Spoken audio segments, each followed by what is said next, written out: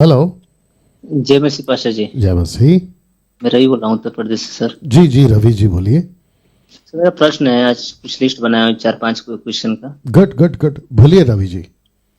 Sir मेरा पहला प्रश्न है कि क्या एक मसीह विश्वासी डॉक्टर बनकर और हॉस्पिटल खोलकर लोगों का इलाज कर सकता है? जी और सर इसमें एक वचन है, उस वचन को रख रहे हैं। मरकुस समाचार कहता है कि सर 16 का जो 18 का बी पार्ट है कि वे बीमारों पर हाथ रखेंगे और वे चंगे हो जाएंगे। तो सर क्या हमें बस हाथ रखकर प्रार्थना करना चाहिए, दुआ करना चाहिए, या कि मसीह को एक डॉक्टर बनकर हॉस्पिटल खोलकर लोगों का इलाज वो कर सकता है कि नहीं कर सकता है?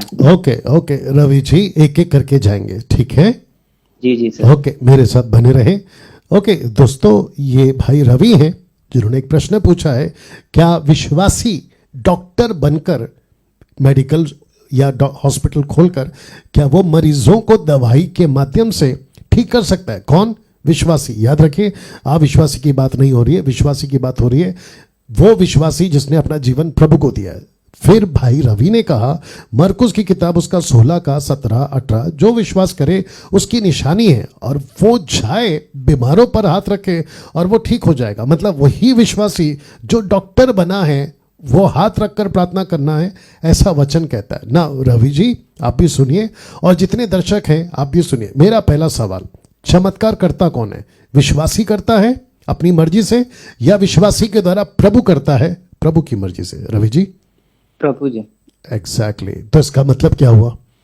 इसका मतलब ये हुआ रवि जी, और जितने लोग सुन रहे हैं उनको भी कहना चाहता हूं, आप जब सेविकाई के लिए जाते हो, वचन सुनाने जाते हो, उस व्यक्ति को आपको सुसमाचार सुनाना है।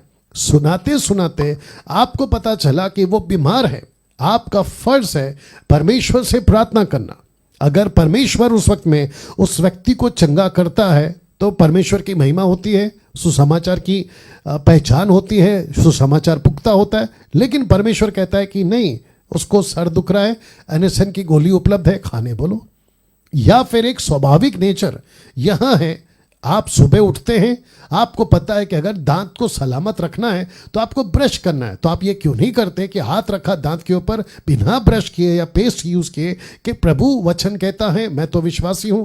आप ये नहीं करते हैं, आप अपने पूरे शरीर का ख्याल रखते हैं। इसको कहते हैं, ये स्वाभाविक बातें हैं, नेचुरल बातें हैं जिसको लेकर आपको चलना होता है। तो चमत्कार परमेश्वर करता है। अच्छा, और एक चीज मैं आपको बता दूं कि पंजाब से, रवि जी मेरे साथ बने रहे, जी जी। पंजाब से मुझे एक वीडियो भेजा गया था कि कुछ ग्रुप है मेनलाइन चर्च का, वो सभी मिलकर कैरिस्मेटिक और पेंटिकॉस्टल और सो कॉल्ड जो इंडिपेंडेंट मिनिस्ट्री वाले हैं, उनके दोनों ग्रुप में, मतलब मेनलाइन चर्च और ये पेंटिकॉस्टल कैरिस्मेटिक वाले आपस में टकरा रहे हैं। ये कहते हैं कि कौन? मेनलाइन वाले, चमत्कार नहीं होता, होता था। ये लोग कहते हैं, दूसरा ग्रुप अपोजिट वाला कहता है कि चमत्कार होता है। अब पास्टर डैनियल, मुझे उसने पूछा, भाई ने आप इसके ऊपर वीडियो बनाओ और सबको बताओ कि बाइबल क्या कहती है। बहुत ध्यान से सुनिएगा, और ये मैं चाहता हूं कि इसकी एडिट वीडियो जब मिले आप लोगों को तो लोगों तक पहुंचाइएगा और उनको भी बात समझ में आ जाएगी। सबसे पहली चीज, चमत्कार होते थे, चमत्कार होता है और चमत्कार होता रहेगा, लेकिन प्रभु की मर्जी से, या प्रभु की मर्जी से। किसी व्यक्ति के हाथ में कोई ताकत, किसी व्यक्ति के हाथ में कोई तावीज या अंगूठी या जादू नहीं, न तब न अब न कभी भी। यीशु चमत्कार करते थे। और फिलिपुस जब पहुंचा समरिया में तो वहां पर उसने पहले गॉस्पेल सुनाया। यीशु भी यही कहते हैं, मरकुस 16 का आप अगर 19 पढ़ोगे, लिखा है कि वो निकलकर प्रचार करने गए और फिर वचन कहता है कि प्रभु उनके साथ काम करता रहा और उन चिन्हों को देखकर लोगों ने विश्वास किया। तो चिन्ह चमत्कार व्यक्ति नहीं करता। बहुत ध्यान से सुनिएगा, बाप रे ये थोड़ा लंबा हो जाएगा रवि जी, फिर भी सुनिएगा।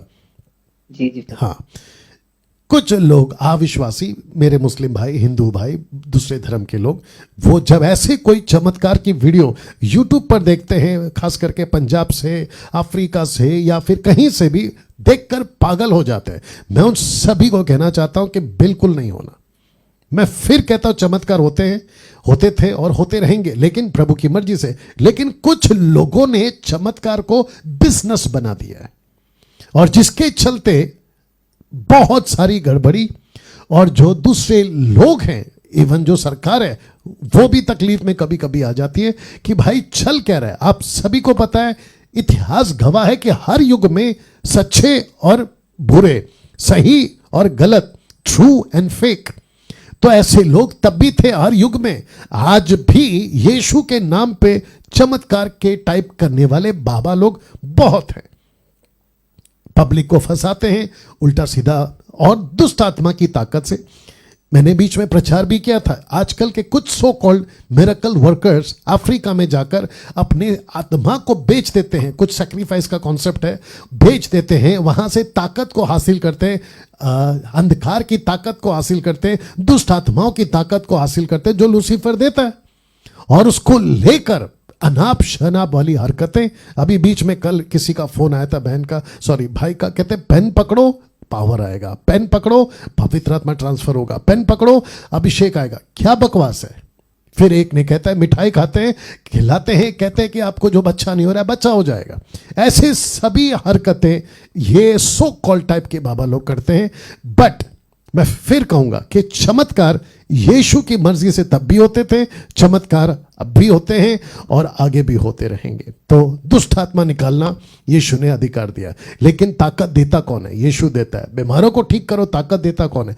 यीशु देता है। अपंगों को ठीक करो, मुर्दे तक को ठीक करो, ये ताकत देता कौन है? यीशु देता है। लेकिन इन सब के पीछे पर्पस एक ही है, और वो है परमेश्वर का राज्य बढ़े ना। वापस आते रवि के पास में, तो रवि कहते हैं क्या विश्वासी डॉक्टर बन सकता है? बन सकता है, बिल्कुल बनना चाहिए। क्या वो मेडिकल खोल सकता है, दुकान या हॉस्पिटल? बिल्कुल खोल सकता है। क्या वो इलाज करके दवाई के द्वारा, इंजेक्शन के द्वारा कर सकता है? बिल्कुल कर सकता है। और जब लगा कि ये सब कुछ नहीं हो रहा है, काम नहीं आ रहा है, तो रास्ता बचता है प्रभु के पास में, वो बिल्कुल प्रभु के पास में। जी रवि जी। जी पास्टर जी। और सर मेरा दूसरा प्रश्न है जी, एक विश्वासी का सुपरमार्केट शोरूम मॉल है, जो भी मान लीजिए सर, जी, का सुपरमार्केट शोरूम मॉल है, तो क्या वो अपने सुपरमार्केट को हाईलाइट या फेमस करने के लिए जी, लॉटरी का प्रचार प्रसार कर सकता है? किसका? लॉटरी का? इस वजह से वचन कहता है कि जुआ। हाँ, ओके, नहीं जी, जहां लक है ना, जहां लक है, जितने दर्शक हैं आपको भी बता देता हूं, 400 के आसपास आप लोग लाइव जुड़ चुके हैं, बड़ा स्वागत है आप लोगों का। Luck, good luck, best of luck, जिसको कहते हैं सुपरस्टिशन से कनेक्टेड है। लॉटरी या लकी ड्रॉ, ये सभी जो चीजें हैं, ये विश्वासियों को शोभा नहीं देता। हम लक पर नहीं चलते हैं, हम यीशु के वचनों पे चलते हैं। आपको अगर शॉपिंग मॉल को प्रमोट करना है, आप ईमानदारी से करिए, लालच दिखा के क्यों? तो इसको कहते हैं लालच दिखाना, इंटेंशन गलत है, ठीक है ना। लॉटरी के नाम पे किसी को कुछ मिल रहा है, खूब पैसे कमा लेंगे आप, लेकिन मिलेगा एक ही को, तो ये इंटेंशन गलत हो जाएगा। तो मैं इसको मना करूंगा। रवि जी। जी सर, बस मेरा प्रश्न यही था सर। जी। तीसरा मेरा प्रश्न है कि एक विश्वासी अपने सैलरी में से वह हर महीने दशमांश देती है, और एक बार ऐसा होता है कि वह दशमांश में से कुछ रुपये कम करके देती है, तो पास्टर उससे प्रश्न पूछते हैं कि आप दशमांश क्यों कम कर दी हैं, तो वह जवाब नहीं देती हैं। फिर वह संडे चर्च को बीच सभा में सबके सामने उठाकर वही प्रश्न पूछते हैं कि वो दशमांश कम दी हैं। ओके, तो आपका कहना या प्रश्न यह है कि एक पास्टर ऐसा कर सकता है या नहीं कर सकता है? दूसरा, एक लेडीज अपना पैसे कम करके दे सकती है, ये क्वेश्चन है आपका? सर नहीं, एक विश्वासी वो हर महीने अपना दशमांश देती है अपनी सैलरी में से, अपनी कमाई में से। हाँ।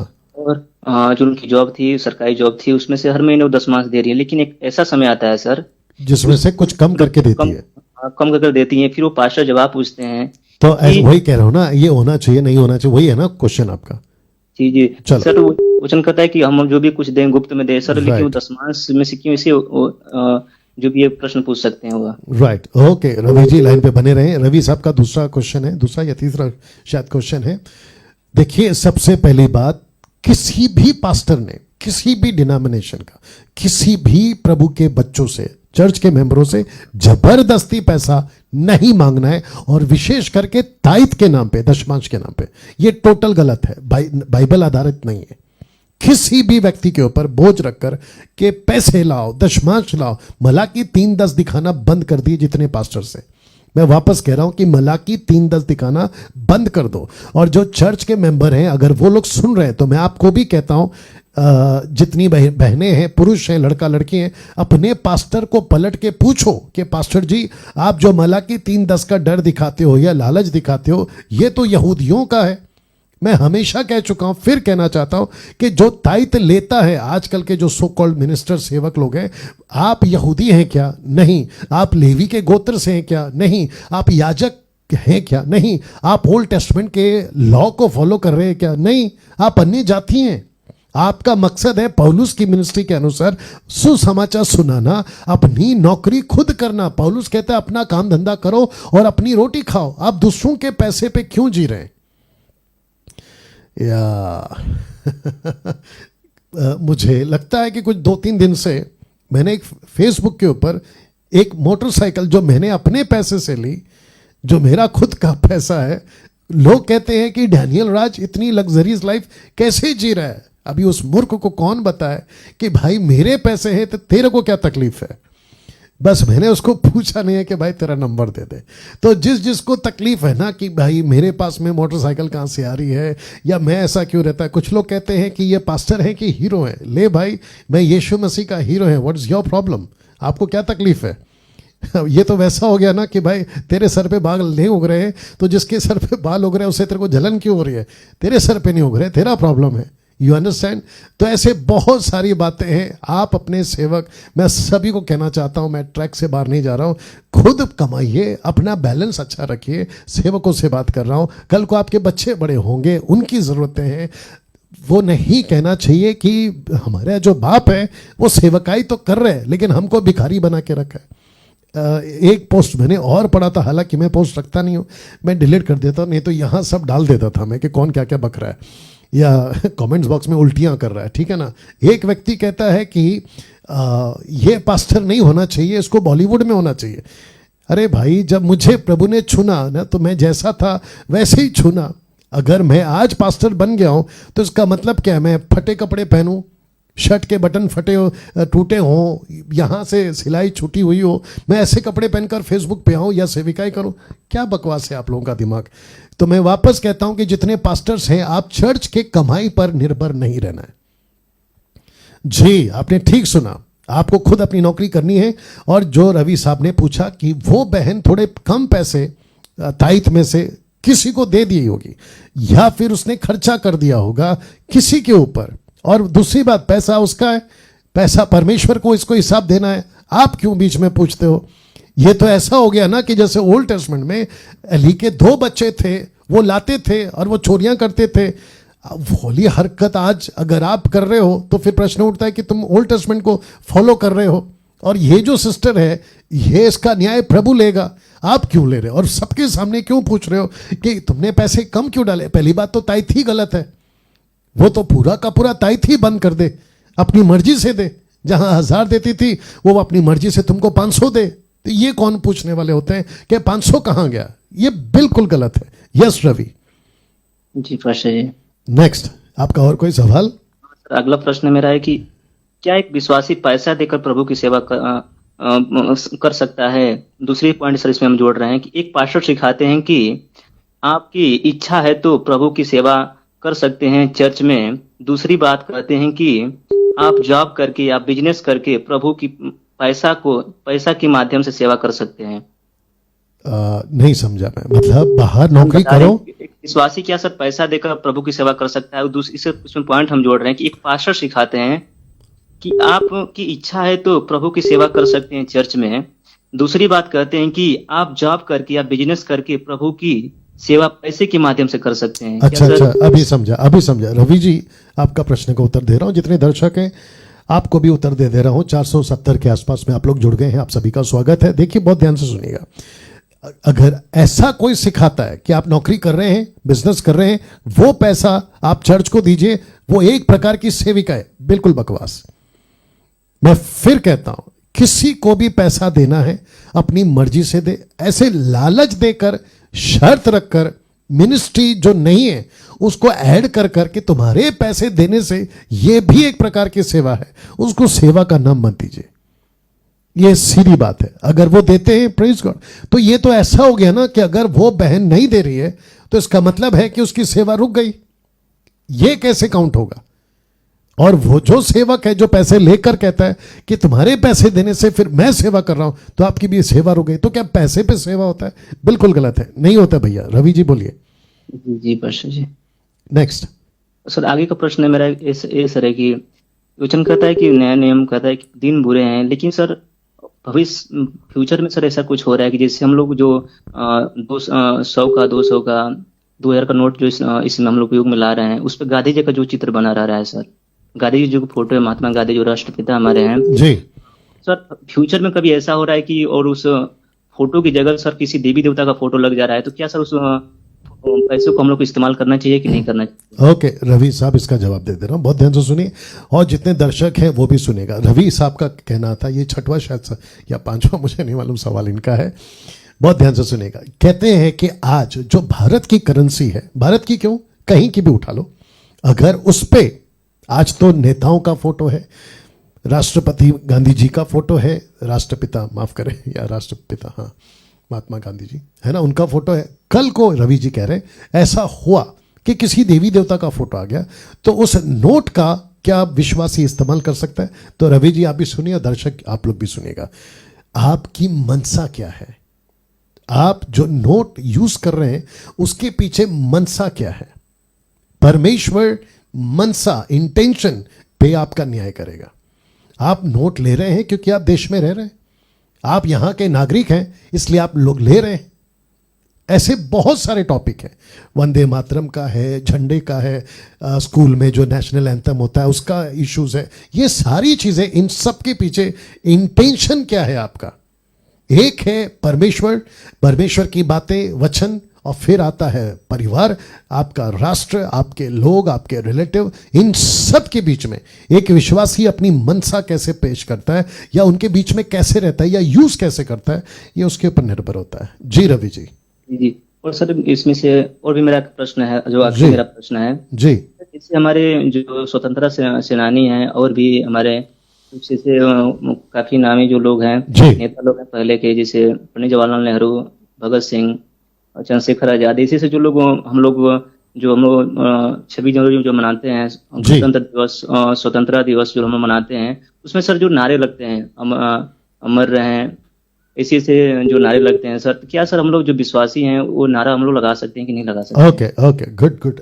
रवि के पास में काफ़ी अच्छे क्वेश्चन है और मैं अप्रिशिएट करता हूँ, और मैं जानता हूँ कि काफ़ी टाइम मैं दे रहा हूँ, वो इसलिए दे रहा हूँ ताकि आप लोगों को भी अगर ऐसा कोई सवाल होगा तो आप लोग जो है उसका उत्तर आप लोगों को भी मिल सकता है। बात हो रही है नारे लगाने की, अमर रहे। देखिए, सबसे पहली चीज़ है, हम जानते हैं कि दो ही रास्ता है, दो ही जगह है, there are only 2 places for eternal life. एक है हेल और दूसरा है हेवन। एक है स्वर्ग, दूसरा है नरक, अकॉर्डिंग टू द बाइबल। बाकी लोग को नहीं समझना है, नहीं समझे नमस्ते, आपको बहस करना है करते रहो भैया, ठीक है ना। रात को दिन नहीं कर सकते, दिन को रात नहीं कर सकते, वो बात अलग है। लेकिन according to the Bible, according to the Jesus teaching, Yeshu की शिक्षाओं के अनुसार दो ही रास्ते, दो ही जगह, नरक और स्वर्ग। यीशु का रास्ता, शैतान का रास्ता, संसार का रास्ता, प्रभु का रास्ता। तो जो प्रभु में है, ऑब्वियस है कि वो अमर है उसकी आत्मा में, और वो अनंत काल का जीवन जिएगा। तो नारे लगाने से और नारे नहीं लगाने से, ये तो वैसा हो गया ना कि आदमी मर गया, उसकी श्राद्ध 13वीं 40वीं जो भी करते हैं, उसकी आत्मा को शांति मिले, रेस्ट इन पीस। आप कैसे बोल सकते हैं यहां से देखे? उसका चुनाव, उसके जीवन जीते जी उसने कैसे जिया, उसके बेस पे होता है। तो नारे लगाने के पीछे भी रवि जी आपकी बुद्धि आपको समझ में आनी चाहिए कि आप क्या कर रहे हो या क्या कह रहे हो। यस रवि जी पाशा जी। और सर, और मुझे सर क्वेश्चन एक याद आ रहा है, हाँ। बस एक आखिरी सर मेरा क्वेश्चन है। जी। कुछ सर ऐसी फैमिली है जो विश्वासी लोग हैं, जो काफी लोगों को राजनीति में पकड़ मजबूत रहती है जी सर, उनको किसी सांसद का टिकट मिल रहा है लड़ने के लिए, और विधायक का टिकट किसी पार्टी से मिल रहा है लड़ने के लिए, तो क्या सर वो टिकट को लेकर और क्या नाम है कि अपनी जो भी एरिया है, जितना उसका क्षेत्र है, उसमें सर घूम उनको वोट क्या वो मांग सकता है अपने चिन्ह पे हाथ जोड़ जोड़ कर सर, कि नहीं मांग सकता है? ओके, दूसरे शब्दों में क्या एक विश्वासी इलेक्शन लड़ सकता है, ये है ना आपका क्वेश्चन? जी जी सर। वेरी गुड, लड़ सकता है रवि जी, लड़ सकता है, लेकिन अगर परमेश्वर उसको अगुवाई करे तो। क्योंकि पॉलिटिशियंस, राजनेता वाला व्यक्ति को हर चीज में जाना पड़ता है, हर चीज में उठना बैठना पड़ता है, और वहां पे इसलिए यीशु ने बहुत अच्छा बोला, उसने कहा कि तुम युद्ध पे लड़ने का ऐलान तो कर दिए। रवि जी आप भी सुनिएगा, युद्ध पे जाने का आपने ऐलान तो कर दिया, लेकिन ये नहीं सोचा कि सामने वाला दुश्मन कितनी सेना लेकर आ रहा है। आपके पास में है 100, उसके पास में है 500, आप कैसे जीतोगे? तो यीशु कहते हैं पहले से तय करो। तुमने ऐलान कर दिया मैं घर बना रहा हूं, लेकिन घर का खर्च नहीं जोड़ा, या कितना होगा वो हिसाब नहीं लगा, तो फिर आपकी बदनामी हो जाएगी, या दूसरे शब्दों में आप शर्मिंदा हो जाएंगे। तो आपको चुनाव करना है, जितने दर्शक है आप भी सुन ले, आपको पहले से चुनाव करना है कि ये करने से ये परिणाम होगा।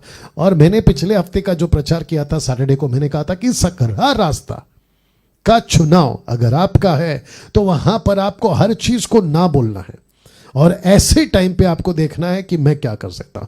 लेकिन मैं फिर भी कहूंगा कि पॉलिटिशियंस में मसीह लोग होने चाहिए, लेकिन बैलेंस के साथ में। ऐसा नहीं कि मसीह में है, पॉलिटिशियन में हूं, मैं क्या करूं, मैं दारू भी पी रहा हूं, नशा भी कर रहा हूं, हर जगह झुक रहा हूं, हर एक को प्रणाम कर रहा हूं, ये गलत हो जाएगा। यस रवि। जी जी सर, वही उसमें मेरा प्रश्न है कि जैसे जो राजनीति में जो लोग जाते हैं, तो सर उसमें सर हाथ जोड़ते हैं, किसी के पैर पे गिर जाते हैं, तो सर रिक्वेस्ट लोग करते हैं। नहीं, हाथ जोड़ना गलत नहीं है ना भैया, हाथ जोड़ना ग्रीटिंग्स होता है ना। जी जी आप सर। किसी को अभिनंदन कर रहे हो ना हाथ जोड़ के, जी तो जी उसमें गलत क्या है? लेकिन हाथ जोड़ने के पीछे मनसा क्या है? जी जी। मूर्ति पूजा नहीं होनी चाहिए ना भैया, वो इंपॉर्टेंट है। ठीक है सर। उम्मीद करता हूं कि आपके सभी सवालों का जवाब मिल गया। जी जी सर, मिल गया। चलिए, okay, thank you, God bless.